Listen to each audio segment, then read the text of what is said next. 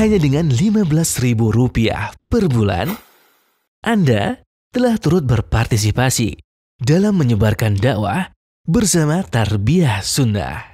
Barakallahu fikum. Bismillahirrahmanirrahim. Assalamualaikum warahmatullahi wabarakatuh. Alhamdulillahilladzi hadana lihadza wa ma kunna linahtadiya laula an hadana Allah. Wa asyhadu an la ilaha illallah wahdahu la syarika lah. Wa asyhadu anna Muhammadan abduhu wa rasuluh. Ya ayyuhalladzina amanu taqullaha haqqa tuqatih. Wa la tamutunna illa wa antum muslimun wa ba'd. Para pendengar radio Tarbiyah Sunnah Bandung di mana saja Anda berada, juga para pendengar radio-radio lain, para pemirsa Persada TV, Niaga TV dan TV-TV lain, juga para netizen melalui akun manapun di mana saja Anda berada, terkhusus para anggota Majelis Ta'lim Mumtaz Indonesia, para alumni haji ataupun umroh di bawah pengelolaan Nasratul Ummah Travel ataupun Mumtaz Travel, di mana saja Anda berada. Alhamdulillah, kembali kita berjumpa untuk melanjutkan kitab Ad-Da'u wa Dawa susunan Al-Imam Ibnu Qayyim rahmatullahi alaih. Kita sedang membicarakan efek buruk atau hukuman bagi para pelaku dosa dan maksiat. Dulu beberapa pertemuan yang lalu kita sudah menerangkan bahwa al-ma'asi tufsidul aqal. Maksiat itu bisa merusak akal. Sebagaimana perkataan Al-Imam Ibnu Qayyim, wa minha annal ma'asi tufsidul aqal fa inna lil aqli nuran wal ma'siyatu tudfi'u nural aql wala budda wa idza tufi'a nuruhu du'ufa wa naqasa. Di antara efek buruk dari dosa adalah maksiat itu bisa merusak akal. Karena pada hakikatnya akal itu punya cahaya. Dan kemaksiatan bisa memadamkan cahaya akal tersebut. Mau tidak mau, ini pasti. Bila cahayanya sudah padam, lemahlah dan berkuranglah fungsi dari akal itu. Sehingga berkata para ulama as-salafus salih, ma asallaha ahadun hatta yaghiba aqluh.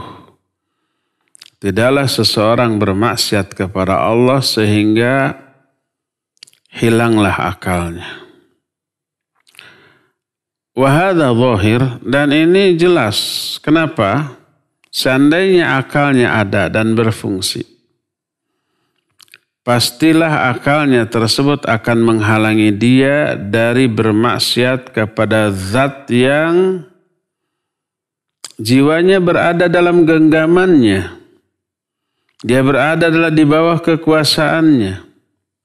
Allah selalu melihat, memperhatikannya. Orang itu hidup di negeri keluasan bumi Allah Azza wa Jalla. Para malaikat selalu melihat, memperhatikan dan mencatatnya. Pelajaran dari Al-Quran melarang dia dari kemaksiatan itu. Iman yang dia miliki juga menolak keras melakukan kemaksiatan tersebut. Sementara ingatan dia terhadap kematian membuat dia mestinya merasa ngeri untuk berdosa dan bermaksiat. Apalagi ancaman neraka mestinya menjauhkan dia dari dosa tersebut. Juga dengan bermaksiat hilanglah kenikmatan dan kebaikan dunia dan akhirat berlipat-lipat dibanding dengan kesenangan, kegembiraan semu yang dia rasakan selama bermaksiat. Oleh karena itulah maka orang yang berakal dan akalnya berfungsi tidak akan mungkin melakukan maksiat kepada Allah Azza wa Jalla. maka dengan bermaksiat berkuranglah fungsi akal tersebut. Berkata Imam Ibnu Qayyim rahmatullahi alaihi, wa min uqubatiha annaha tu'athiru bil khasiyah fi nuqsanil aql fala yajidu aqilaini ahaduhuma muti'un lillah wal akhar 'asin illa wa aqlul muti' minhuma awfar wa akmal wa fikruhu as-sahhu wa ra'yuhu asad was sawabu qarinuh. Kata Imam Ibnu Qayyim, di antara hukuman bagi pelaku maksiat adalah kemaksiatan itu secara khusus mengurangi fungsi akal. Tidak ada dua orang yang berakal, satu taat, satu lagi ahli maksiat. Kualitas akalnya sama-sama pintar, sama-sama cerdas. Tapi yang satu taat, yang satu maksiat. Maka akal orang yang taat jauh lebih sempurna, lebih bagus, lebih tajam, pemikirannya lebih benar, pendapatnya lebih lurus dibanding dari orang berakal yang ahli maksiat. Oleh karena itulah maka Al-Quran ayat-ayatnya banyak ditujukan hanya kepada orang-orang yang berakal. Allah Azza wa Jalla berfirman, wattaquni ya ulil albab. Bertakwalah kalian kepadaku wahai ulil albab, orang-orang yang berakal. Itu Al-Quran, surah Al-Baqarah 197. Dalam surah Al-Ma'idah ayat 100 Allah menyatakan, fattaqullaha ya ulil albab. Bertakwalah kalian kepada Allah, wahai orang-orang yang berakal. Dalam surah Al-Baqarah 269 Allah menyatakan, wa ma yadhakkaru illa ulul albab. Tidak ada yang bisa mengambil pelajaran kecuali ulul albab, kecuali orang-orang yang berakal.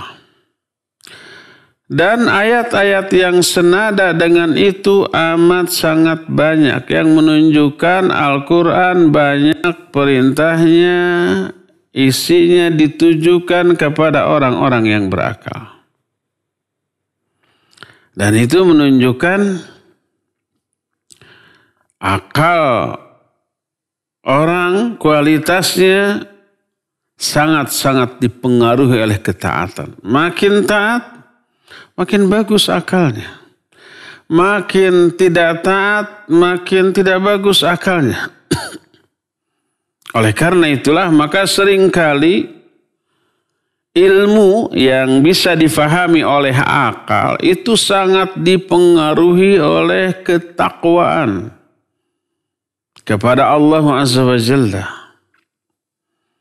Allah berfirman dalam Al-Quranul Karim, surah Al-Anfal itu ayat yang ke-29 Allah menyatakan, ya ayyuhalladzina amanu in tattaqullaha yaj'al lakum furqana. Hai orang-orang yang beriman, apabila kalian bertakwa kepada Allah Azza wa Jalla, Allah akan berikan kepada kamu Al-Furqan. Al-Furqan itu ilmu. Furqan itu pembeda yang bisa membedakan antara hak dengan batil, benar dengan salah, antara sunnah dengan bid'ah, antara ibadah dengan adat. Itu hanyalah ilmu. Jadi Al-Furqan di sana maknanya ilmu yang kata Syekh Al-Utsaimin rahimahullahu taala mencakup berapa poin? Pertama mencakup hafalan.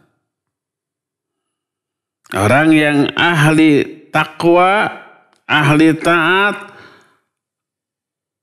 kemampuan hafalannya itu lebih kuat daripada ahli maksiat.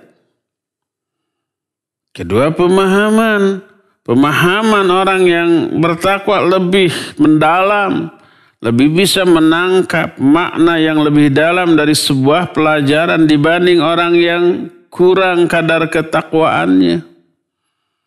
Kecerdasan, daya analisanya lebih tajam. Sehingga Syekh Al-Utsaimin rahimahullahu ta'ala memberikan contoh. Ketika turun ayat Al-Yawma akmaltu lakum dinakum wa atmamtu alaikum ni'mati wa raditu lakumul Islam dina. Pada hari ini aku telah sempurnakan bagimu agamamu. Telah aku sempurnakan nikmat karuniaku kepadamu dan telah aku ridhai Islam sebagai agamamu. Ayat ini menunjukkan sudah sempurnanya al-Islam pada saat itu. Ayat ini turun, mayoritas sahabat, semua sahabat senang gembira, agama kita sudah sempurna. Agama kita sudah sempurna. Karena makna itulah yang hanya mereka tangkap dari turunnya ayat ini. Gembira. Berbeda dengan Abu Bakar As-Siddiq radhiyallahu anhu. Begitu turun ayat ini beliau sedih, menangis. Orang-orang semua gembira, beliau menangis. Orang-orang kaget. Kenapa engkau menangis, sedih? Bukankah agama kita sudah sempurna? Iya. Bukankah kita harusnya gembira? Iya. Lalu kenapa kamu nangis, sedih? Apa kata beliau? Karena apabila agama kita sudah sempurna, berarti sudah selesailah tugas Rasul sallallahu alaihi wasallam di muka bumi ini.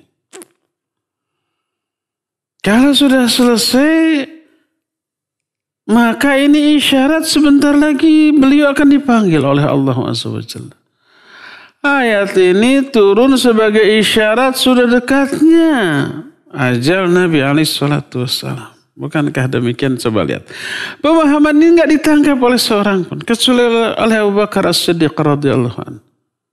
Bukan sekedar karena keilmuannya. Ada banyak sahabat lain yang lebih berilmu daripada Abu Bakar As-Siddiq radhiyallahu anhu. Tapi ketakwaan. Mendengar itu semuanya terdiam dan ikut bersedih. Abu Bakar As-Siddiq mampu menangkap sebuah pemahaman yang terkandung dalam sebuah ayat yang tidak tertangkap oleh sahabat-sahabat lain. Karena apa? Karena kadar ketakwaannya. Ini Al-Furqan. Allah berikan Furqan. Wattaqullah wa yu'allimukumullah. Bertakwalah kamu kepada Allah, maka Allah akan mengajarkan ilmu kepada kamu. Maknanya akan Allah mudahkan bagi kamu untuk apa? Untuk memahami ilmu dengan cara dicerdaskan, dimudahkan dalam menghafalkannya, dikuatkan hafalannya, dipertajam analisanya, diperdalam pemahamannya, dan seterusnya. Itu karena ketakwaan. Sebaliknya, maksiat membuat akalnya jadi tumpul. Fungsi dari akalnya itu melemah. Karena dosa dan maksiat. Imam Malik rahimahullahu ta'ala berkata kepada Imam Syafi'i, seorang muridnya yang sangat cerdas, beliau menyatakan, Inni ra'aitu anna Allah qad ja'ala fi qalbika nuran fala tudfi'u bidhulumatil maksiyah. Aku melihat bahwa Allah telah memberikan cahaya dalam hatimu. Sehingga dengan cahaya tersebut, kamu cerdas, mudah hafal, dan susah lupa. Terbalik dengan kita kan, hese apal gancang poho orang mata gitu. Susah hafal tapi cepat lupanya gitu kita. Karena dosa dan maksiat. Imam Syafi'i sebaliknya. Rahimahullahu ta'ala. Nah, aku telah melihat Allah telah menjadikan cahaya dalam hatimu. Jangan kamu padamkan cahaya itu dengan gelapnya kemaksiatan. Dalam salah satu bait syair Imam Syafi'i dalam kitab Diwan Syafi'iyah, Imam Syafi'i membuat sebuah syair, syakautu ila waqi su'a hifdhi farsadani ila tarkil ma'asi wa akhbarani bi anna al-ilma nurun wa nurullah la yuhda lil 'asi. Aku curhat, mengadu, mengeluh kepada guruku Imam Waqi tentang buruknya hafalanku. Lupa beliau terhadap sesuatu ilmu yang pernah beliau pahami. Lupa curhat kepada Imam Waqi. Warsyadani ila tarkil ma'asi. Beliau memberikan bimbingan, petunjuk kepadaku agar aku meninggalkan kemaksiatan. Lupa terhadap ilmu itu karena dosa, karena kemaksiatan. Menunjukkan maksiat itu membuat akal kita tumpul, kurang fungsinya. Wa akhbarani bi anna al-ilma nurun wa nurullah la yuhda lil 'asi. Lalu beliau mengajarkan, menginformasikan, mengabarkan kepadaku bahwa sungguhnya ilmu itu cahaya. Dan cahaya Allah tidak akan diberikan kepada orang yang maksiat. Tuh, lihat. Maka berkata Abdullah bin Mas'ud radhiyallahu an, aku yakin apabila seseorang lupa terhadap ilmu-ilmu yang pernah dia fahami, pernah dia pelajari, itu tiada lain kecuali karena dosa yang pernah dilakukannya. Dosa itu membuat akal kita tumpul, berkurang fungsinya. Berkata Imam Ibnu Qayyim rahmatullahi alaih, wa kaifa yakunu aqilan wafirul aqal may ya'si man huwa fi qabdatihi wa fi darihi wa huwa ya'lamu annahu yarahu wa yushahiduhu fayasihi wa huwa bi'ainihi ghairu mutawarin anhu wa yasta'inu bi ni'amihi ala masakhitihi. Kata Imam Ibnu Qayyim, bagaimana mungkin seseorang dianggap akalnya sempurna, akalnya berfungsi, padahal dia bermaksiat kepada zat yang orang itu berada dalam genggaman Allah, hidup di bumi Allah. Dia menyadari, dia meyakini Allah selalu melihatnya dan menyaksikannya. Dia bermaksiat kepada Allah, padahal Allah itu tidak pernah berhenti sedikit pun dari pengawasan terhadapnya. Dia nggak pernah bisa bersembunyi walaupun sedikit dari pandangan mata Allah Azza wa Jalla. Dia selalu meminta pertolongan kepada Allah dengan nikmat-nikmatnya agar terhindar dari murkanya. Dia selalu menghindarkan setiap waktunya kemarahan Allah Azza wa Jalla dan laknatnya.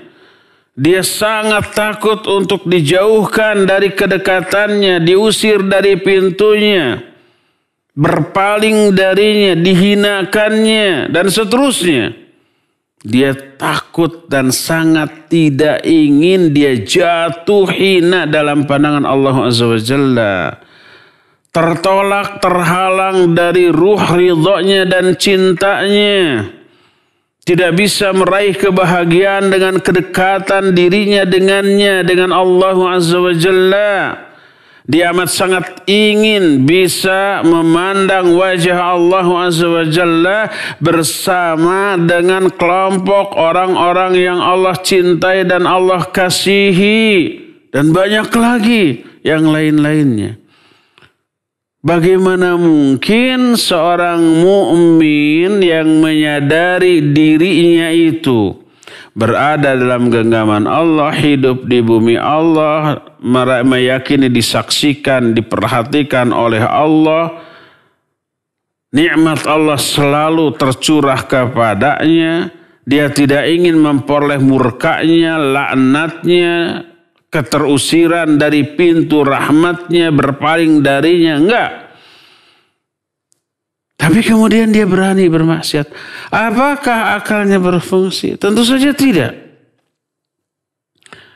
Akal mana yang bisa lebih mendahulukan kelezatan sesaat, sehari, setahun, kemudian kelezatan tersebut hilang, musnah, bagaikan mimpi yang sebenarnya tidak ada. Coba jamaah sekalian bayangkan kenikmatan yang pernah kita reguk. Apapun bentuknya, baik itu makanan, minuman, bersenang-senang dalam bentuk bertamasya atau apa.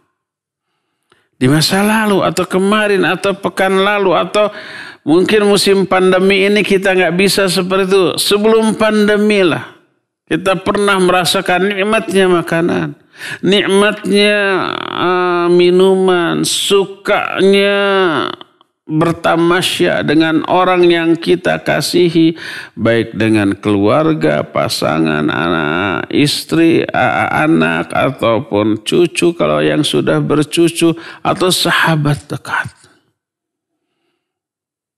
Coba apakah sekarang masih terasa nikmat? Terasa lezat? Terasa senang, gembira, dan bahagia? Enggak, seolah-olah itu mimpi masa lalu yang tak pernah ada. Hanya berupa kenangan yang tidak bisa lagi dirasakan. Ya enggak? Begitu juga kelezatan duniawi yang lain itu pasti fana. Pasti hanya terbatas, hanya beberapa saat, beberapa menit, kadang beberapa detik. Kita lagi lapar, makan yang lahap, makannya lezat, enak, bergizi. Nikmat enggak? Nikmat. Berapa lama nikmat makan itu kita rasakan? Paling 5 menit, 10 menit. Piring pertama nikmat, 5 menit habis. Nambah piring kedua, agak sedikit berkurang kenikmatannya. 10 menit habis. Masuk piring ketiga, masih nikmat enggak? Perut sudah penuh. Mulut masih ingin, diwawal-wawal, dipaksa-paksa. Ongkek nggak lagi nikmat. Kenikmatan makan tuh beberapa menit. Nikmat tidur juga begitu. Kalau sudah puas tidur, ditidurkan lagi, pusing kita. Minum juga begitu. Semua kenikmatan. Hanya beberapa saat kemudian hilang bagaikan mimpi. Orang yang berakal tidak mungkin lebih mendahulukan nikmat sesaat dengan mengorbankan nikmat abadi di akhirat. Nikmat di atas ketaatan. Ketaatan itu kenikmatannya 2 loh. Pertama di dunia. Kedua pasti juga di akhirat. Di akhirat juga 2 loh. Di alam kubur ada nikmat kubur. Dan kelak setelah kiamat di surga Allah Azza wa Jalla yang abadi. Kenikmatan di dunia dari ketaatan berupa apa? Itu kenikmatan rohania, spiritual, tenang, tentram, teduh, damai, aman, yang tidak bisa diungkapkan dengan kata-kata. Walaupun secara fisik ada penderitaan. Contohnya apa? Contohnya saum umpamanya. Ada lapar, ada haus, ada lemes. Di tengah rasa lapar, rasa haus, rasa lemes, ademnya jiwa, teduhnya batin kita, tenang dan tentramnya hati kita.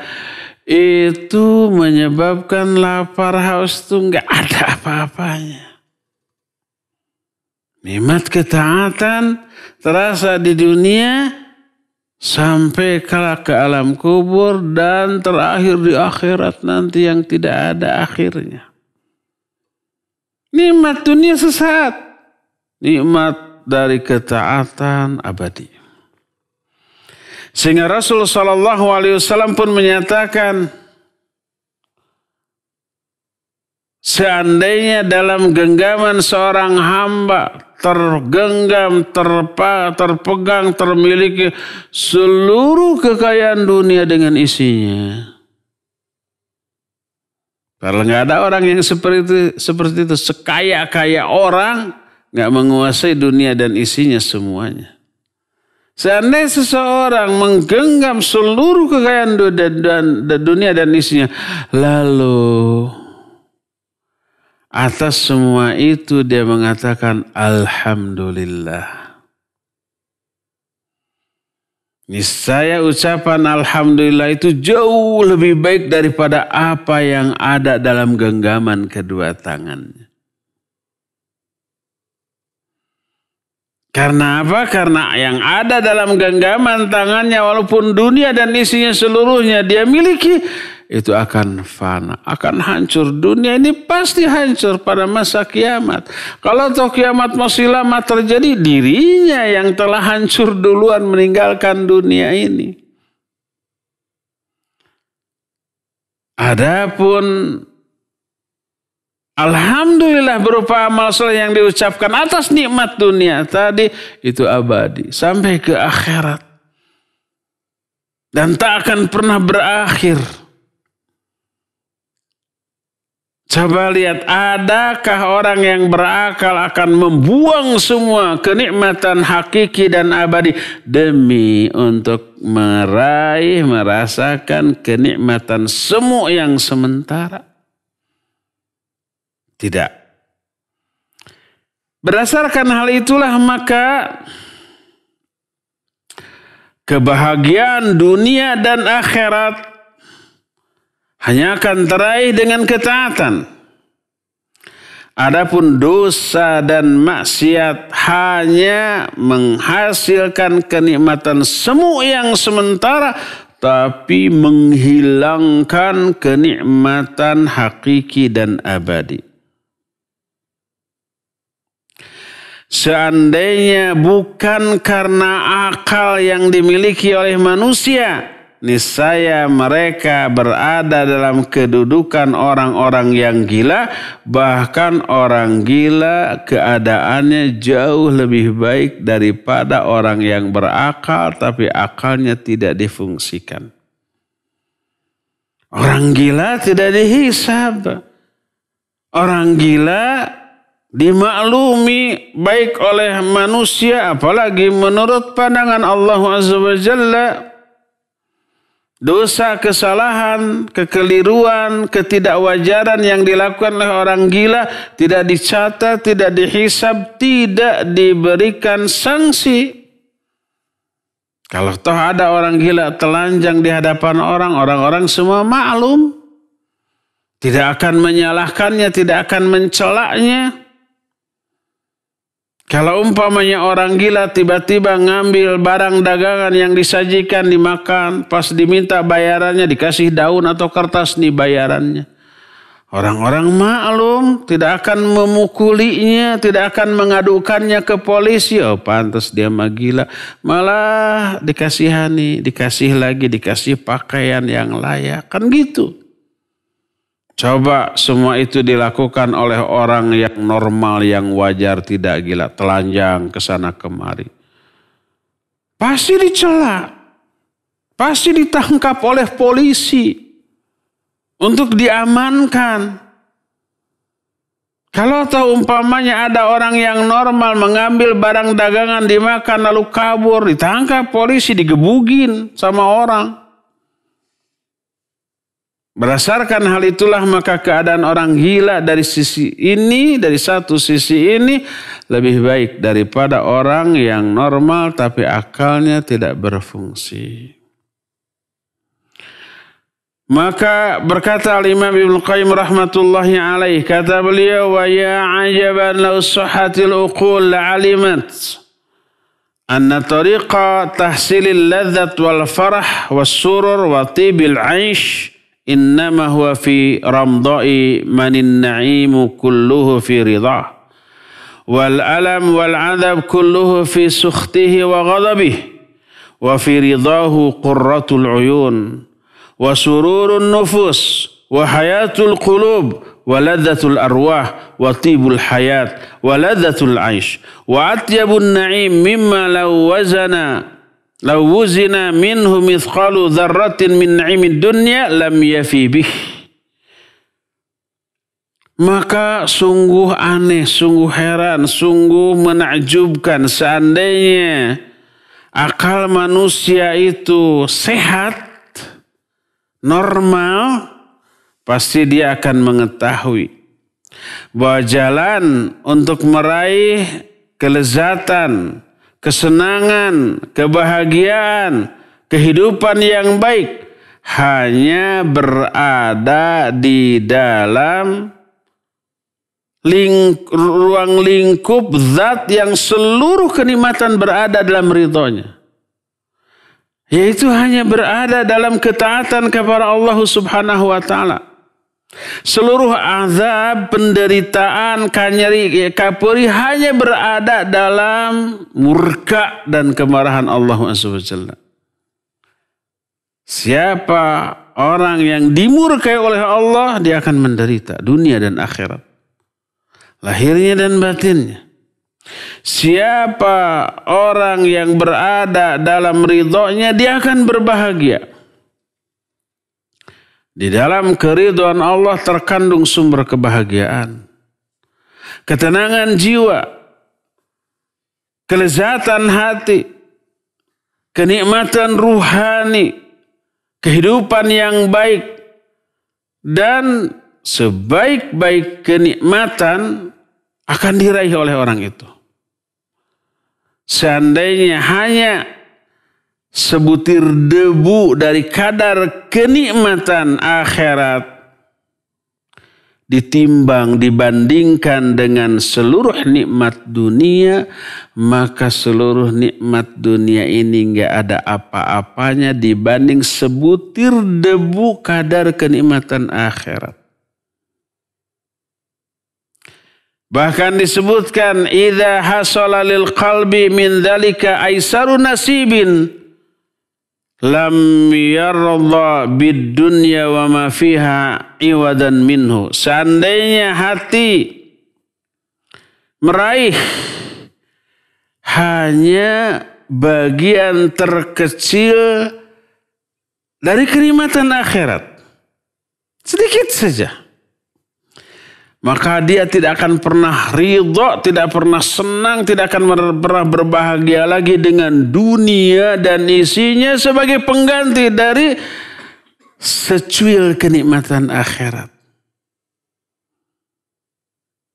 Jamaah pastikan pernah mendengar sebuah hadis. Nanti orang yang paling senang di dunia, paling senang di dunia, tapi durhaka. Dia sangat kaya raya, berkuasa. Karena kekayaannya dia memiliki tim kesehatan, dokter spesialis dari segala bidang untuk mengontrol kesehatannya. Nggak pernah sakit. Dia juga umpamanya karena kekayaannya seluruh kesenangan dunia bisa dia raih. Makanan, minuman, perempuan, kendaraan, semuanya.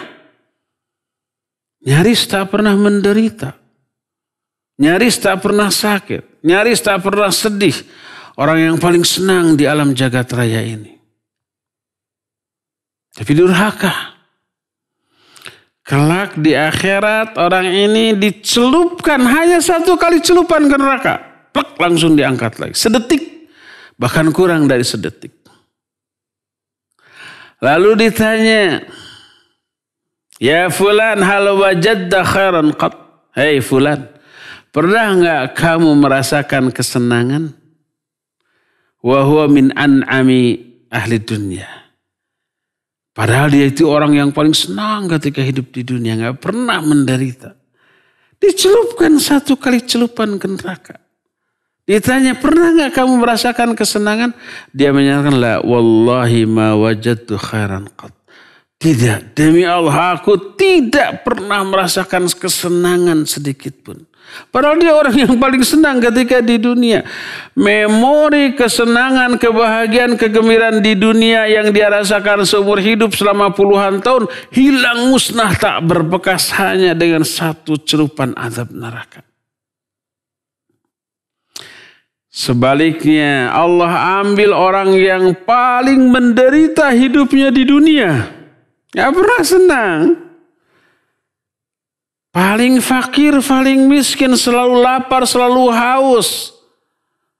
Tidurnya beralaskan tanah, beratapkan langit. Hujan kehujanan, panas kepanasan, kelaparan dan kehausan selalu menjadi sahabat karib selama hidupnya. penghinaan dari orang, dilecehkan dan seterusnya. Tapi dia iman dan amal soleh ibadah. Pokoknya selama hidupnya menderita dari seluruh sisi. Dibuli orang, ditindas orang, dihina orang, dicela orang, lapar, haus, lemas, dingin kedinginan, hujan kehujanan, panas kepanasan, kelaparan dan seterusnya. Tapi dia iman dan amal soleh. Lalu di akhirat orang itu dicelupkan ke dalam surga. Hanya satu celupan dikeluarin lagi. Lalu ditanya, "Hei fulan, pernahkah kamu merasakan penderitaan selama hidup kamu?" Dia bilang, "La wallahi." Tidak pernah. Demi Allah, aku tidak pernah mengalami penderitaan sedikit pun. Padahal dia orang yang paling menderita seumur hidup ketika di dunia. Seluruh memori kesedihan, penderitaan hilang, musnah, tak berbekas dengan kenikmatan hanya sekejap dari kenikmatan akhirat, kenikmatan surga. Atau jangankan begitu, para jamaah sekalian kan pernah mendengar umpama tentang keistimewaan bidadari surga. Seandainya satu orang bidadari surga hanya apa bahasa Indonesia? Menololkan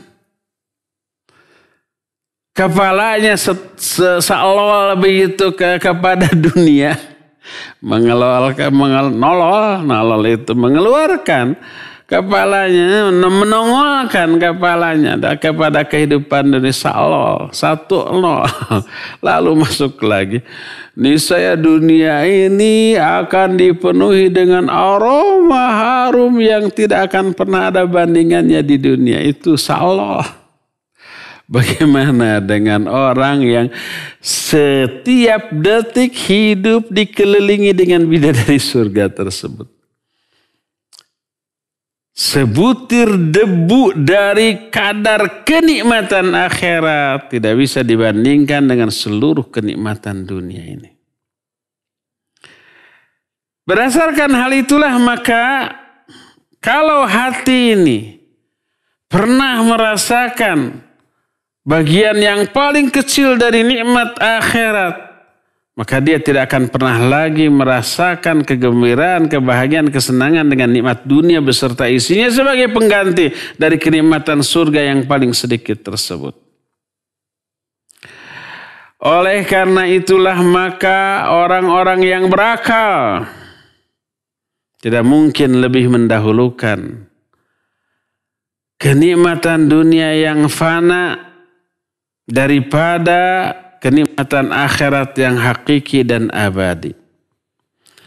Dan ini dibuktikan dengan orang yang berakal tidak mungkin meraih kesenangan dengan bermaksiat. Karena akan berakibat kehilangan kesenangan hakiki dan abadi di akhirat kelak, bahkan di dunia ini. Orang yang terjerumus ke dalam dosa hatinya resah, gelisah.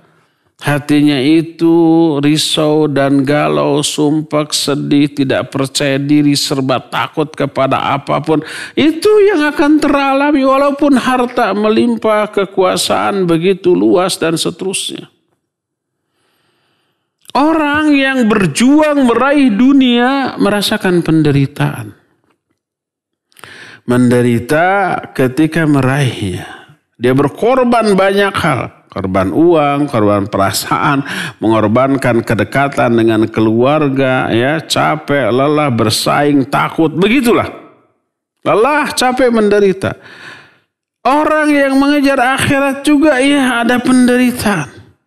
Dia harus rajin bangun malam, dia harus banyak mengosongkan perut dalam bentuk saum, merasakan lapar, haus, lemas, pegal karena berlama-lama sholat, berlama-lama sujud, ya, mulutnya kering, tenggorokannya juga gersang karena banyak berzikir, banyak membaca Al-Quran, banyak berdoa, ya, uangnya banyak keluar. Itu penderitaan, kelelahan, kepenatan ya sama-sama dirasakan. Orang yang meraih dunia capek, lelah, menderita. Orang yang meraih akhirat capek, lelah, menderita. Sama lelahnya, sama menderitanya. Cuma orang yang mengejar akhirat ada plusnya, harapan. Berharap bahagia di akhirat. Adapun yang mengejar dunia tidak memiliki harapan, hopeless dia, putus asa. Karena dunia yang dia kejar. Dia tidak peduli dengan bagian dia di akhirat. Nggak berharap untuk bahagia di akhirat. Allah berfirman tentang dua orang seperti dalam Al-Quran surah An-Nisa 104. Kata Allah, in takunu ta'lamun fa innahum ya'lamuna kama ta'lamun wa tarjuna minallahi ma la yarjun. Kalau kalian ini mengalami rasa sakit, kesakitan, penderitaan, kelelahan, kepenatan, mereka pun orang-orang pemburu dunia pun merasakan kesakitan, penderitaan, kelelahan, kepenatan sebagaimana yang kalian rasakan. Tapi watarjuna minallahi ma la yarjun, kalian mah mengharapkan sesuatu dari Allah yang tidak mereka harapkan. Kalian mah ada harapan setelah selesainya perjuangan ini hasilnya nyata. Hasilnya kebahagiaan yang hakiki dan abadi, dan itu yang tidak mereka miliki. Mereka tidak punya harapan, kita punya harapan. Maka coba perhatikan perbandingan ahli taat dengan ahli maksiat yang diungkapkan oleh Imam Ibnu Qayyim rahmatullahi alaih. Kata beliau, fala ilaha illallah ma anqasa aqla man ba'ad durra bil ba'ar wal misq bir raji wa murafaqatil ladzina an'ama Allahu alaihim minan nabiyina was-siddiqina wasyuhada'i was-solihin bi murafaqatil ladzina ghadiba Allahu alaihim wa la'anahum wa 'adda lahum jahannam wa sa'at masira. Maka la ilaha illallah,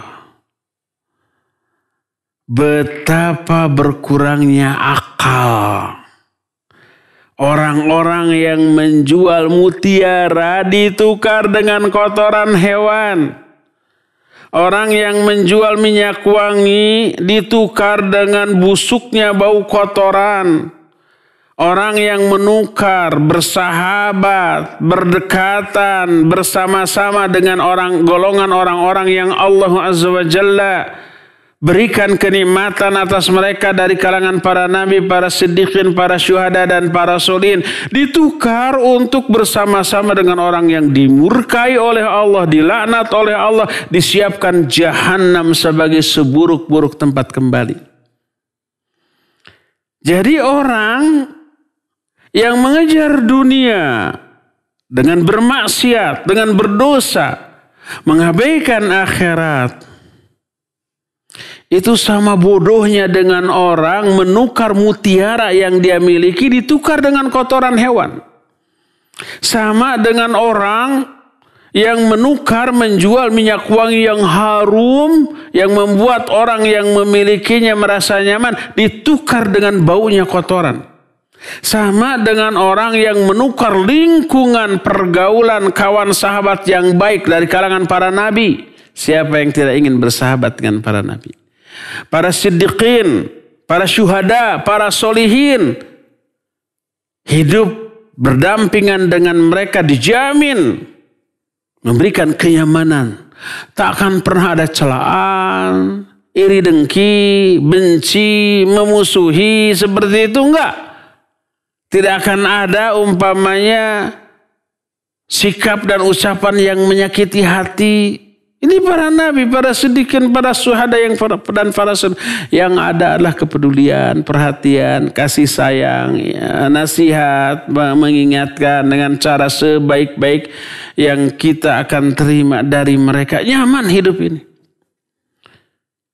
Nah, punya Kawan bergaul, lingkungan pergaulan sehebat sebaik itu ditukar dengan bergaul dengan orang-orang yang dimurkai oleh Allah, yang dibenci oleh Allah, yang dilaknat oleh Allah Azza wa Jalla, dan kelak disiapkan jahanam sebagai seburuk-buruk tempat kembali.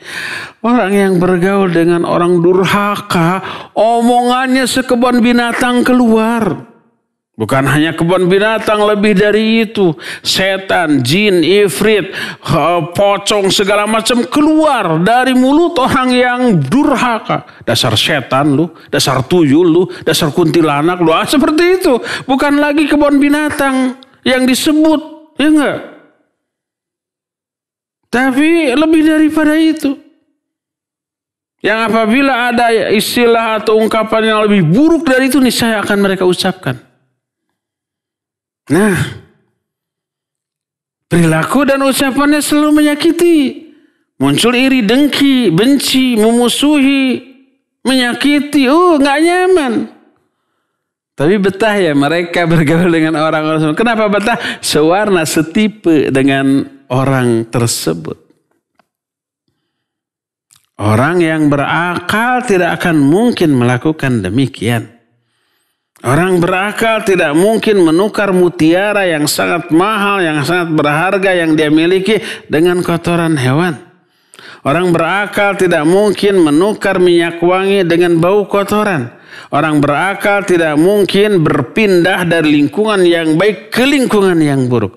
Orang yang berakal tidak mungkin berani meraih kenikmatan dunia sesaat dengan bermaksiat, kalau harus kehilangan kebahagiaan hakiki dan abadi di akhirat kelak. Dari sinilah kita mengetahui bahwa kemaksiatan itu mengurangi dari fungsi akal kita. Berdasarkan hal itulah maka efek dari kemaksiatan yang berkaitan dengan akal begitu besar dampaknya. Maka orang yang bermaksiat, hafalannya akan luntur. Bukannya menambah hafalan-hafalan yang ada juga banyak hilang. Ayat, hadis, pemahaman dan seterusnya. Ketika mengingat-ingat banyak lupa. Ketika dia menganalisa sesuatu tumpul. Ketika dia berusaha memahami sesuatu salah faham. Dan lebih baik salah faham itu daripada gagal faham. Dua-duanya jelek. Gagal faham jelek. Salah faham jelek. Tapi yang paling jelek gagal faham apa salah faham? Salah faham. Kenapa? Kalau gagal faham nggak bisa memahami apapun, blank sudah. Kalau salah faham dia merasa faham tapi pemahamannya salah, keliru, dan ini yang suka ngeyel. Ngotot dengan pemahamannya yang keliru. Terus dia mengajarkan kesalahpahamannya yang dia anggap benar itu kepada orang lain. Menyebarkan virus yang berbahaya kepada orang lain. Gagal faham sebuah keburukan. Tapi salah faham lebih buruk lagi daripada itu. Dan itu bersumber kepada satu, yaitu dosa dan maksiat. Inilah hadirin sekalian, hadirin para pemirsa dan juga para pendengar, penjelasan tentang salah satu dari efek buruk dari dosa dan maksiat, yaitu mengurangi fungsi akal. Cukup sampai di sini dan kita masuki sesi tanya jawab. Wassallallahu ala nabiyina Muhammadin wa ala alihi wasallam. Mangga. Syukran Ustadz atas pemaparan materi yang disampaikan. Ikhwati iman azani Allah wa iyyakum, para pendengar dan pemirsa dimanapun antum berada yang menyimak kajian di pagi hari ini. Silakan yang akan bertanya di sesi tanya jawab ini, kami berikan kesempatan kepada para pendengar dan pemirsa yang akan bertanya melalui line telepon di nomor 0228686267 atau bisa melalui pesan singkat ke nomor 081122714776. Kita angkat penelpon pertama yang masuk, ya silahkan. Assalamualaikum warahmatullahi wabarakatuh. Waalaikumsalam warahmatullahi wabarakatuh. Pak Mulyono, silahkan ya, Pak Mulyono. Ustaz, saya mau bertanya, maksiat bisa mengurangi akal. sekarang banyak dipandang orang-orang yang sehat akalnya, mengerti segalanya, kehidupannya mewah, mengerti dalam hal-hal hukum. Kenapa bisa mengerjakan maksiat? Sekian, assalamualaikum warahmatullahi wabarakatuh. Waalaikumsalam warahmatullahi wabarakatuh. Pak Mulyono di Marga Asih, Margahayu. Barakallahu fiik. Iya, kenapa orang-orang yang ngerti hukum, berilmu, kok bisa terjerumus ke dalam maksiat? Banyak faktor, Pak. Eksternal ataupun internal. Internal ini berbahaya. Ini muncul dari dalam diri kita dan ini yang lebih susah untuk ditaklukkan. Apa saja faktor internal yang menjadi penyebab orang terjerumus ke dalam dosa dan maksiat? Pertama, hubbud dunya. Cinta terhadap dunia. Lemahnya iman. Hawa nafsu yang menggebu, keinginan bermaksiat yang begitu menggelora. Nah itu tuh. Faktor eksternal banyak. Pertama, tentu saja ada godaan syaitan, laknatullahi alaih kepada dirinya. Yang kedua, lingkungan yang buruk. Baik lingkungan itu berupa kawan-kawan bergaul yang memang memberi pengaruh yang buruk. Saya ingat kepada ucapan seorang ustaz. Saya juga suka mendengarkan ceramah para ustaz. Guru-guru saya yang lebih berilmu ya daripada saya. Walaupun lebih muda, tapi ilmunya lebih tinggi. Salah satunya Ustaz Firanda, hafizahullahu ta'ala, wa katsarallahu amsalah. Beliau pernah menyatakan, para duat, para asatid mengajak mengajak jamaah untuk meraih nikmat akhirat, merasakan nikmat akhirat. Tapi sayang para jamaah menyeret Ustaz untuk meragukan kenikmatan dunia. Saya dengar itu. Ustaz mengajak para jamaah meragukan kenikmatan akhirat dengan mendakwahi mereka kepada tauhid, kepada akidah yang lurus, kepada ibadah yang benar, kepada akhlak yang mulia, kepada ketaatan. Dengan semua itu akan teraih kenikmatan akhirat. Jamaah menyeret para ustadz untuk meregu kebahagiaan atau kenikmatan dunia bukan karena itikad buruk, karena sayang, karena ingin berterima kasih, karena ingin memberikan balas budi atas ilmu dan dakwahnya. Diberikanlah kesenangan dunia apapun itu. Ada yang ngasih uang, ada yang ngasih kendaraan, adalah ustadz pribadi, secara pribadi yang dikasih. Niatnya bagus, baik. Untuk apa? Agar lebih mobile, lebih memudahkan dakwah ke sana kemari, tidak lagi harus pakai angkutan umum, travel, bis, kereta. Tapi ada mobil, ada sopir. Ditunjang itunya. Secara duniawi lebih senang. Tapi ada efek buruk. Apa efek buruknya? Itu. Terlena dengan kesenangan duniawi. Para jamaah yang memanjakan ustaz tersebut tidak salah, tidak keliru. Memang mereka inginlah membahagiakan sebagai balas budi atas ilmu dan dakwahnya. Tidak sebanding dakwah yang diberikan dengan dunia yang dihadiahkan kepada ustaz tersebut, tidak sebanding. Ada kalanya orang terlena dengan kenikmatan dunia. Jadi lingkungan, kawan bergaul. Kadang kawan bergaul yang baik tapi ya seperti itu, memberikan kesenangan dunia. Tidak salah mereka itu. Tapi berefek, berdampak sedikit ke arah yang lebih buruk daripada sebelumnya. Ada faktor eksternal lain seperti lingkungan itu ya. Apalagi sekarang dunia maya. Yang lebih banyak dipenuhi dengan informasi yang menyesatkan atau hiburan yang melalaikan. Baik itu umpah di internet, apapun ada, segala keburukan bisa diraih walaupun ada banyak kebaikan yang bisa diraih. Seperti menu, kita tinggal milih. Apa yang baik, apa yang buruk, kan gitu ya. Adanya media elektronika, ada TV, ya, ada berbagai macam. Memberikan pengaruh yang buruk. Itu yang menjadi penyebab orang terjerumus ke dalam dosa dan maksiat walaupun dia mengerti hukum. Ada faktor eksternal dan ada faktor internal juga. Demikian Pak Mul, wallahu a'lam. Silakan. Baik. Syukran Ustaz atas jawaban yang disampaikan. Dan kita beralih ke pertanyaan melalui pesan singkat dari Imam Robani di Sukabumi.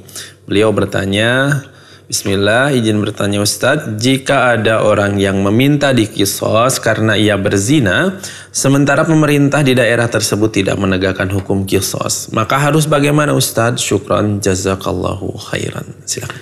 Siapa? Imam Robani dari Sukabumi. Imam Robani dari Sukabumi. Ya, barakallahu fiik. Kalau ada di antara kita, waliyadzubillah, jangan dari kita. Kalau seseorang pernah terjerumus ke dalam perzinahan dan dia mengetahui tidak ada yang bisa menghapus dosa zina itu kecuali dirajam. Tapi kondisi sekarang nggak bisa dilaksanakan. Datang ke ustaz, saya sudah zina, tolong rajam. Dirajam nggak sama ustaz? Enggak. Salah nggak ustaz? Ya enggak. Kalau malah merajam, salah dia. Merajam itu bukan wewenang individu warga termasuk ustaz. Itu wewenang hakim. Datang ke polisi, Pak polisi saya sudah berzina, tolong rajam. Dirajam nggak sama polisi? Ya enggak. Kalau polisi berani merajam, salah dia, bisa dihukum dia. Ya, datang ke hakim, sama begitu juga.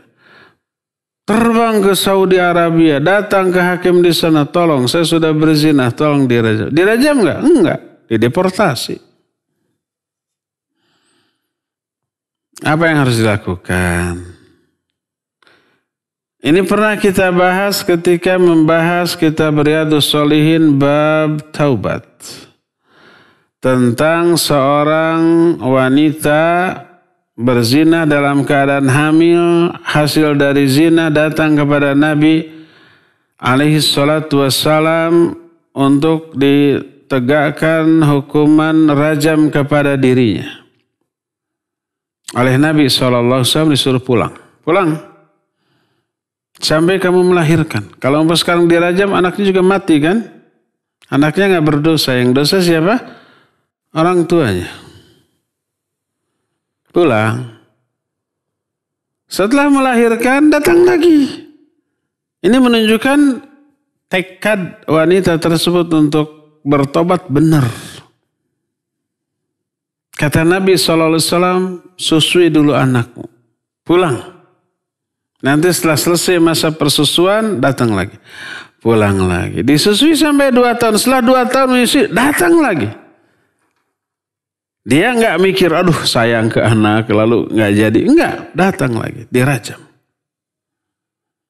Ketika dirajam, Umar sampai mencela, melaknat wanita tersebut. Karena sudah terjerumus ke dalam perzinahan. Kata Rasul SAW, jangan kamu laknat dia. Karena sungguhnya dia sudah tobat. Yang seandainya tobatnya itu dibagikan kepada 70 orang penduduk Madinah, pasti bisa terbagi semuanya. Ketika menjelaskan hadis ini, Syekh Al-Utsaimin rahimahullahu ta'ala menerangkan kasus seperti yang ditanyakan. Apabila ada orang yang sudah terjerumus ke dalam perzinahan, apa yang harus dia lakukan? Dan dia mau tobat. Apakah harus datang ke hakim untuk dihukum rajam ataukah tidak? Beliau merinci. Pertama, kalau dia yakin benar-benar bisa bertobat, berhenti, tidak akan mengulang kembali, hendaklah dia bertobat sendirian. Jangan diberitahukan kepada siapapun. Cukup itu menjadi rahasia dia dengan Allah Azza wa Jalla. Tobatlah, berhenti dari perbuatan itu, menyesal dan tidak mengulang kembali. Laksanakan seluruh perintah yang wajib termasuk yang sunnah. Jauhi semua yang haram termasuk yang makruh. Jauhi semua jenis maksiat. Laksanakan semua jenis perintah. Insya Allah Allah akan mengampuni. Itu pertama. Dan itu ditangkap dari isyarat Nabi SAW menyuruh dia pulang. Salah satu hikmahnya memberikan kesempatan untuk berubah pikiran, bertobat dengan sendirinya. Nabi tidak mengancam, ya awas nanti kalau kamu tidak datang setelah melahirkan saya cari kamu untuk dirajam. Enggak. Disuruh pulang 2 kali itu. Itu yang pertama. Kedua, bila dia tahu kapasitas dirinya, imannya. Imannya lemah, lingkungannya buruk. Apabila dia tidak dirajam, dia akan terjerumus lagi. Kemungkinan besar akan terjerumus lagi. Karena lingkungan. Karena imannya lemah. Lingkungannya dahsyat. Ya, sebaiknya dia pergi kemana? Ke hakim dan minta dirajam untuk menyelamatkan agamanya. Itu kalau dia hidup di sebuah negeri yang memberlakukan hukum rajam. Seperti Saudi Arabia. Dan kita, kalau saya pribadi tidak mengetahui ada negara lain di dunia ini yang memberlakukan hukum rajam atau potong tangan atau penggal atau cambuk seperti selain Saudi Arabia. Negara-negara Timur Tengah yang lain seperti Kuwait, seperti Qatar, seperti Oman, yang lain-lain tidak memberlakukan hukum itu. Itu bagi orang yang hidup di negeri Saudi yang memberlakukan itu. Ya silakan, rajamlah, ya minta ke hakim. Kalau dia tidak yakin akan bisa bertobat dari perzinahannya, dia bisa terjerumus lagi. Adapun bagi orang yang hidup di negara yang tidak memberlakukan hukum rajam seperti di Indonesia, satu-satunya cara bertobat dari zina adalah sudah tobat sendirian. Dia wajib menyesal, wajib berhenti, wajib bertekad tidak kembali, wajib hijrah dari lingkungan yang menyebabkan dia terjerumus ke dalam perzinahan kepada lingkungan yang bisa menyelamatkan dia dari perzinahan. Terus begitu berusaha seumur hidup. Karena tidak bisa hukuman rajam diberlakukan bagi orang tersebut, bagi penduduk Indonesia tersebut.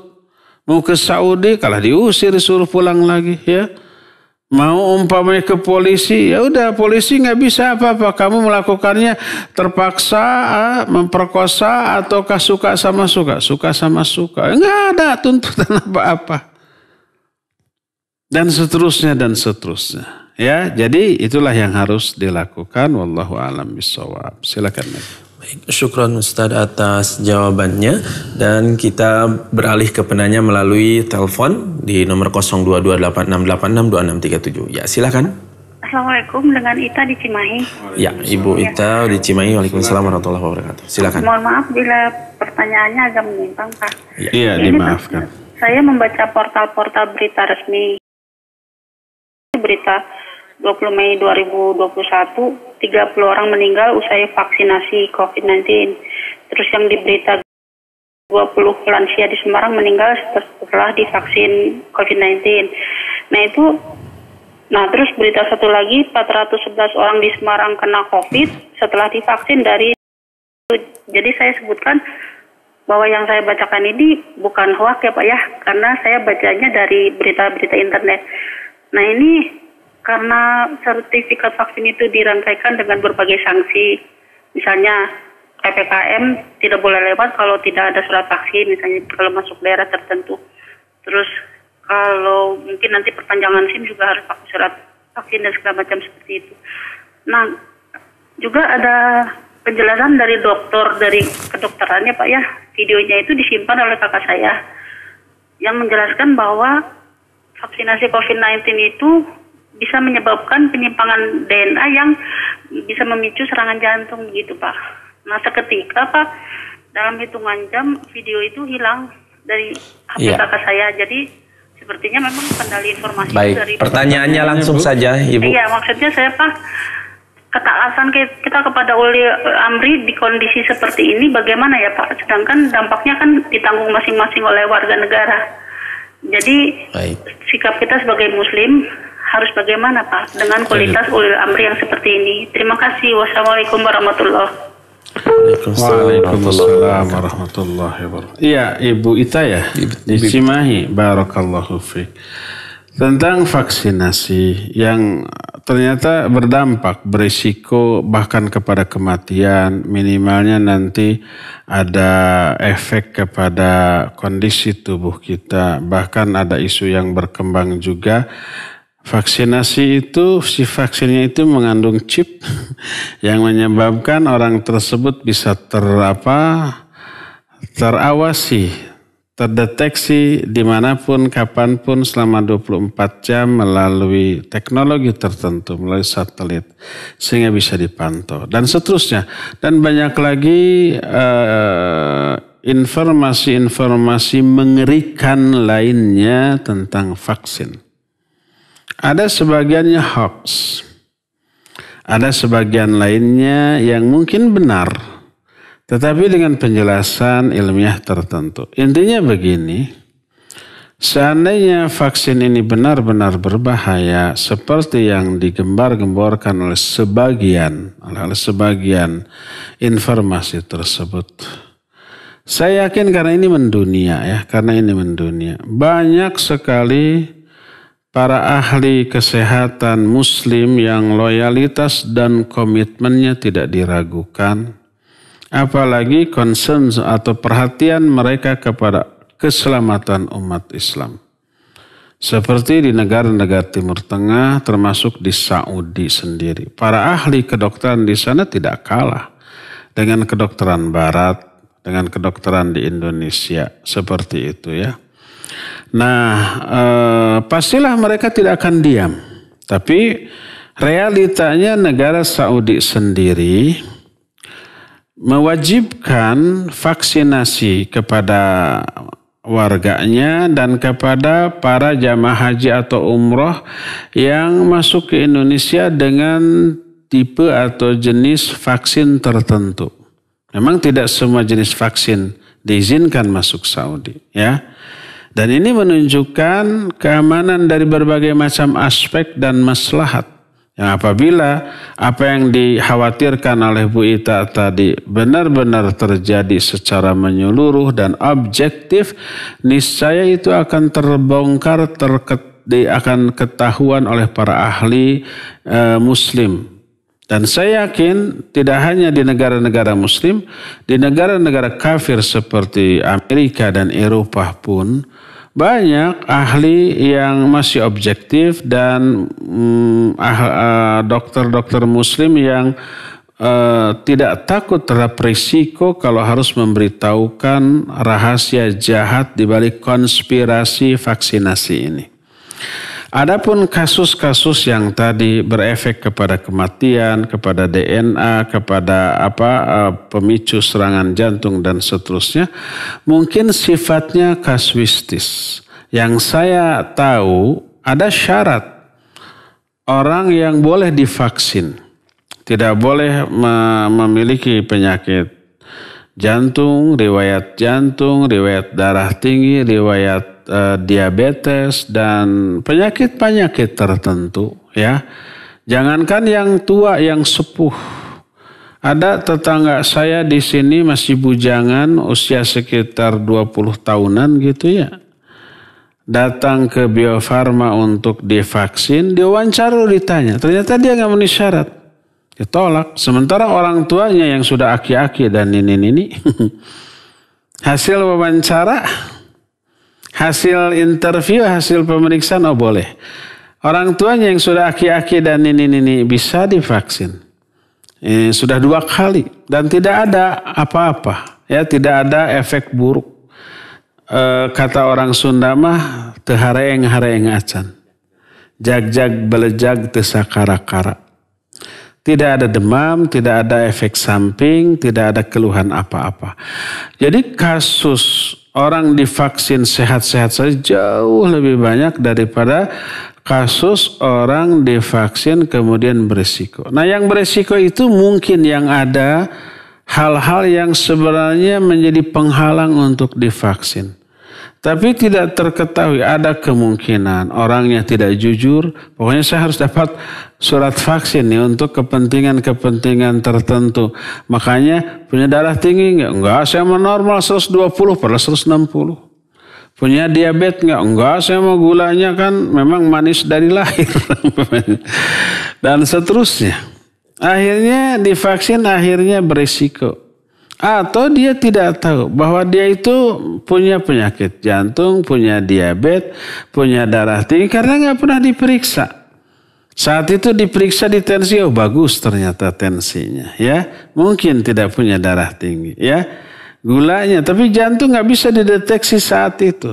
Orang yang punya penyakit jantung rata-rata tidak sadar bahwa dia berpenyakit jantung kecuali setelah itu kambuh atau ada heart attack itu tadi, serangan jantung, baru tahu oh saya itu punya jantung.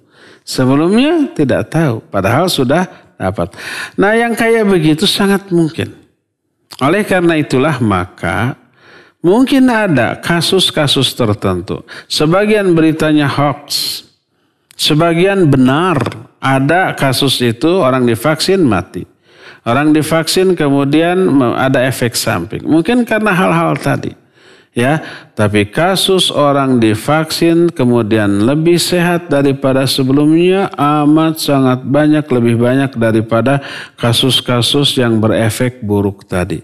Bahkan di awal munculnya wacana vaksin, belum diwajibkan seperti sekarang, ada video perawat disuntik vaksin ya, menunjukkan di video tuh untuk menunjukkan bahwa ini tidak apa-apa. Tapi apa yang terjadi setelah itu? Pingsan, ya enggak? Saya pernah dapat videonya. Akhirnya itu disebar sebagai propaganda anti vaksin.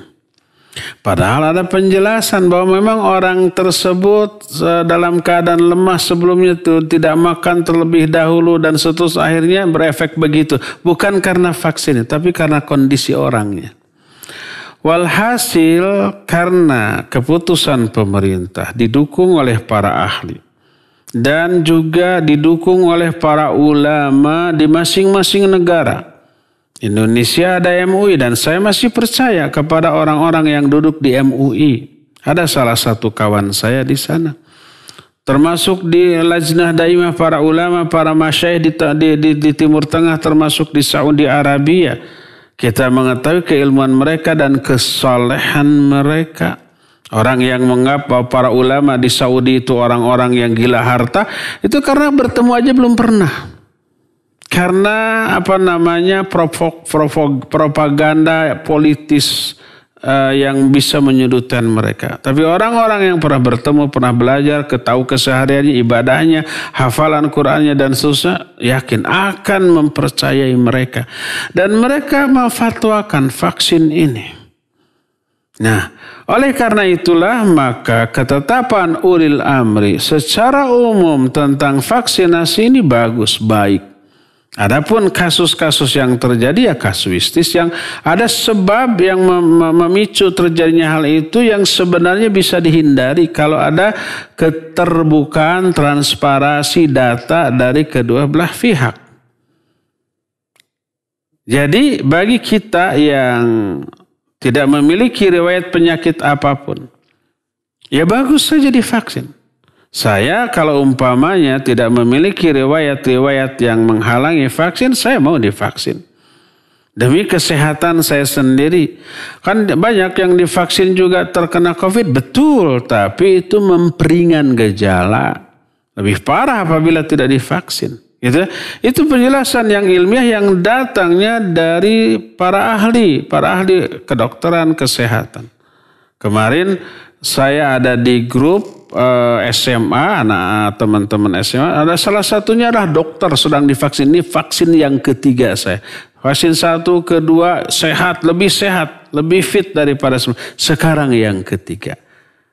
Ya saya ucapkan selamat, alhamdulillah sehat. Ya, nah, itu mereka tahu menyelidiki dulu vaksin beserta efeknya ke dalam tubuh itu ahlinya. Nah, ahlinya saja seperti itu, ya. Adapun kalau ada penjelasan ahli dari yang lain-lain, nah, coba cari second opinion. Coba mungkin karena ada sebab-sebab tertentu yang tak terjelaskan di sana. Walhasil secara umum ketetapan ulil amri untuk menetapkan vaksin ini benar. Dan itu salah satu langkah nyata dari ulil amri untuk memprotek warganya dari virus, dari wabah seperti ini. Dan itu didukung oleh tenaga ahli di bidang kesehatan, didukung juga oleh para ahli agama, para ulamanya di setiap negara. Adapun kasus-kasus yang terjadi sebagian hoax, sebagian benar, tapi yang benar itu sifatnya kasuistis. Adapun kasus orang divaksin yang ternyata jauh lebih baik, itu lebih banyak lagi tapi tidak terekspos sedahsyat ekspos tentang efek negatif dari vaksin. Ya, demikian Bu Ita, wallahu a'lam bishawab. Silakan. Baik, syukron Ustaz atas jawabannya. Kita beralih ke penanya melalui pesan singkat dari pemirsa MKSS TV, Majelis Kajian Sunnah Semarang. Ustadz, bagaimana cara meninggalkan maksiat seseorang yang suka dan kecanduan menonton film dewasa, Ustadz? Mohon nasihatnya, silakan. Film porno gitu? Ya. Baik, barakallahu fiik. Dulu di Bandung ini di Masjid Al-Ukhuwah, kita pernah mengadakan tabligh akbar dengan judul yang spektakuler. Masih ingat apa? Kerlingan mata syaitan. La'natullahi alaih. Artinya kewajiban godul basor. Godul basor itu menundukkan pandangan dari apa-apa yang Allah haramkan. Dari memandang lawan jenis, laki ke wanita, wanita ke laki-laki. Hanya wajahnya. Al-Quran untuk laki-laki dalam surah An-Nur ayat 30 Allah menyatakan qul lil mu'minin yaghuddu min absarihim. Katakan kepada laki mukmin, tundukkan pandangan mereka. Ayat 31-nya qul lil mu'minati yaghuddna min absarihinna. Katakan kepada wanita-wanita mukminah, tundukkan pandangan-pandangan mereka. Sama, ya. Laki perempuan sama. Itu baru wajah. Kalau lebih dari wajah, lebih terlarang. Jangan sampai ayat dan hadis kan melarang menatap wajah aja. Adapun bagian lainnya mah boleh. Kata siapa? Jangankan bagian lain yang lebih dahsyat efeknya dari wajah. Memperlihatkan keneng tenang. Tumit wanita haram, bahkan memberitahukan bahwa di kakinya ada gelang kaki itu sudah haram. Dalam surah An-Nur ayat 31 di kalimat terakhir wala yadribna bi arjulihinna liyu'lama ma yukhfina min zinatihin. Janganlah para wanita itu menghentak-hentakan kaki mereka agar diketahui perhiasan yang tersembunyi di sana. Kalau bahasa Sundanya namanya gengge. Bahasa Arabnya namanya khal-khal. Saya nggak tahu bahasa Indonesia. Ada gelang kaki. Para wanita di Arab di zaman dahulu memakai gelang kaki. Agar diketahui dia memakai gelang kaki, dihentak-hentakan ketika berjalan. Jadi kikirincingan sehingga kuda lumping gitu ya.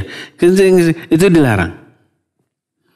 Para ulama ahli tafsir ketika menerangkan ayat ini menyatakan kalau memberitahukan adanya perhiasan di kaki sudah haram, apalagi membuka kaki tempat perhiasan itu dipakai, yaitu memperlihatkan tumitnya sampai ke pergelangan kakinya. Haram, lebih haram lagi. Maka lebih dari itu lebih haram. Memperlihatkan pahanya, apalagi badannya, apalagi yang lebih inti lagi daripada itu. Haram. Efek dari pengharaman ini bila dilanggar apa? Merusak pikiran, merusak jiwa, juga bahkan merusak fisik. Raga dia, badan dia. Kita sudah jelaskan coba lihat di YouTube ada tablik akbar dengan judul Kerlingan Mata Setan oleh Ustadz yang ada di Bandung. Di sana. Efeknya sangat buruk sekali. Salah satunya ini yang tidak terterangkan di sana. Itu melemahkan syahwat. Melihat aurat termasuk umpamanya dalam bentuk video, gambar, itu melemahkan syahwat. Dan itu salah satu efek dari apa? Efek secara fisik. Kenapa? Karena syahwat itu digambarkan seperti begini. Udara dalam balon. Udara di dalam balon. Di dalam balon yang kenceng gitu ya. Itu terkandung banyak udara.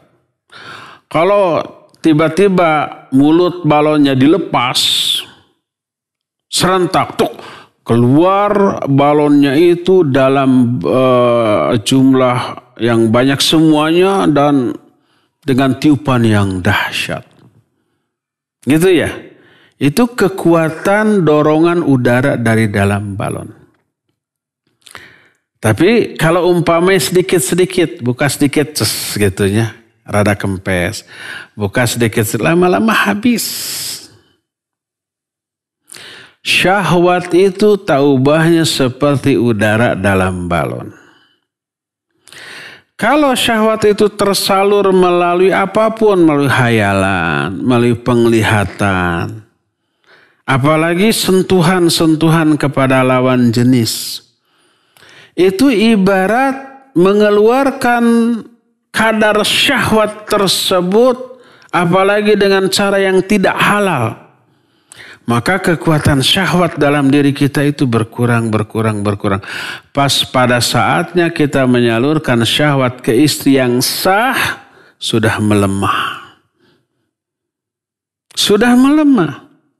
Makanya ketika dijaga, ibarat balon tersebut ditutup rapat agar tidak keluar udaranya. Pas saatnya harus keluar, wah itu tersalur sepenuhnya. Jadi ketika seorang pemuda umpamanya ada syahwat bergejolak, dia tahan melalui matanya, dia ghodul basar, dia tundukkan pandangan, pikirannya dia fokuskan kepada hal-hal yang manfaat, bukan kepada penyaluran syahwat semua. Tertahan, pas nikah memiliki istri seluruhnya tercurah. Kekuatan syahwatnya tinggi dan seterusnya. Ini yang menjadi penyebab. Kenapa Nabi SAW di usia tua 54 tahun baru beliau menikah dengan 2-3 wanita. Dan dalam satu riwayat dalam semalam itu beliau menggilir semua istrinya bisa kuat. Padahal usianya tua sudah di atas 50 tahunan. Syahwat itu terpelihara. Ya. Nah, adapun umpamanya orang yang sedikit-sedikit melihat aurat, baik langsung ataupun gambar ataupun video atau menghayal, itu syahwatnya tersalur sudah, lemah sudah.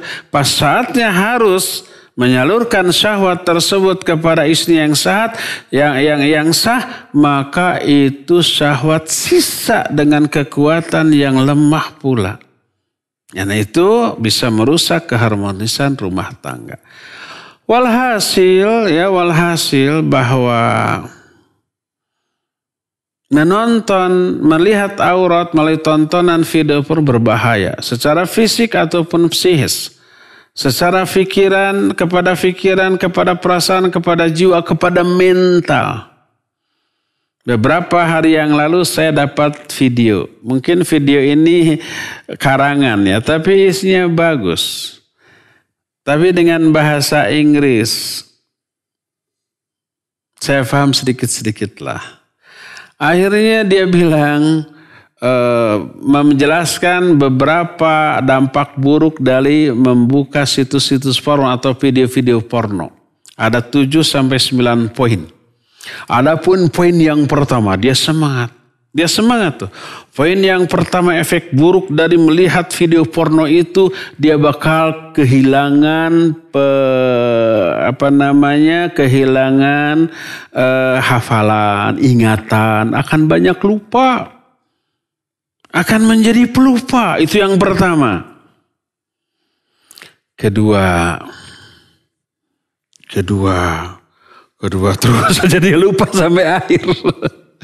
Poin 2, 3, 4-nya itu lupa. Ternyata dia kena dengan ucapannya sendiri ya. Walhasil udah hindari, itu buruk akibatnya baik fisik ataupun psikis, dunia ataupun akhirat, individu ataupun keluarga ya. Hindarkan, maka insya Allah kita akan lebih maslahat, lebih sehat, lahir batin, mental, spiritual ya. Wallahu a'lam. Selanjutnya Ustaz, pertanyaan dari pesan singkat. Bertanya soal akikah setelah dewasa, bagaimana hukumnya Ustaz? Sebab waktu kecil orang tua belum mampu mengakikahkan kita. Apa makna ruh kita tergadai dengan akikahnya Ustaz? Jazakallahu khairan. Baik. Iya. Berkata Rasul SAW, kullu gulamin rahinatun biaqiqatihi. Semua bayi yang lahir masih tergadai dengan akikahnya. Hadis itu sahih riwayat Imam Muslim. Makna tergadai dengan akikahnya artinya pahala dari amal yang dilakukan oleh si anak itu terhalang, tidak akan sampai ke orang tua sampai diakikahkan. Kalau tidak diakikahkan, tidak. Itulah penjelasan para ulama tentang hal ini. Ya. Dan itu berlaku bagi pertama, orang tua yang mampu mengakikahkan anak-anaknya. Kedua, tahu hukumnya. Adapun bagi orang tua yang ketika anaknya lahir dia masih bodoh, nggak tahu tentang syariat akikah, akhirnya tidak dilaksanakan. Atau tahu tapi nggak mampu, nggak punya uang untuk beli kambing, apalagi kalau anaknya laki-laki harus 2 kambing, nggak mampu, akhirnya tidak akikah, maka dia ma'dzur. Dia punya uzur, dia terkena dengan ayat la yukallifullahu nafsan illa wus'aha. Ya, Allah tidak akan membebani kewajiban kecuali sesuai dengan kemampuan. Kalau tidak mampu ya sudah, nggak apa-apa. Hadis tadi tidak akan kena dengan orang yang kondisinya seperti itu. Adapun kalau orang tahu hukumnya dan juga mampu tapi sayang kepada harta, daripada beli kambing 2 ya lebih baik beri peralatan bayi atau apapun karena sayang umpah kepada uangnya, itu yang kena. Nah, sekarang bagaimana kalau sudah lewat? Sudah dewasa, mampu, boleh nggak akikah setelah dewasa? Ulama ikhtilaf. Ikhtilaf ini disebabkan karena perbedaan di dalam mensahihkan hadis yang menyatakan bahwa Nabi SAW mengakikahkan dirinya setelah dewasa. Sebagian ulama ahli hadis menilainya sahih, hasan, sebagian lagi menyatakan dhaif. Maka yang dhaif menyatakan tidak ada akikah setelah dewasa. Yang menyatakan hasan menyatakan boleh. Walhasil ini ikhtilaf. Kalau saya pribadi setelah lewat masa-masa akikah 7 hari sudah tidak akikah. Kalau umpamanya ada uzur yang tidak memungkinkan kita melaksanakan di hari itu. Kecuali kalau kita mampu, kita tahu, tapi karena sibuknya, karena situasi tidak memungkinkan di hari ke-7, boleh kapan saja. Karena situasi yang tidak memungkinkan. Nah, adapun kalau sekarang ada orang yang setelah dewasa akikah, Karena dia meyakini hadisnya hasan dan para ulama, sebagian ulama membolehkan. Lalu saya diundang untuk hadir, saya akan hadir, datang. Akan makan enggak kambingnya? Makanlah banyak. Perbaikan gizi, ya enggak? Kalau saya pribadi tidak akan, tapi kalau diundang saya akan datang dan akan makan dan tidak akan menganggap itu sebagai sebuah kebid'ahan. Karena ikhtilafnya hal tersebut di kalangan para ulama, ya. Cukup sampai di sini, waktunya sudah lewat dari yang semestinya. Insyaallah kita jumpa kembali hari Senin yang akan datang. Subhanakallahumma bihamdik asyhadu an la ilaha illa anta astaghfiruka wa atubu ilaik. Walhamdulillahirabbil alamin. Wassalamualaikum warahmatullahi wabarakatuh.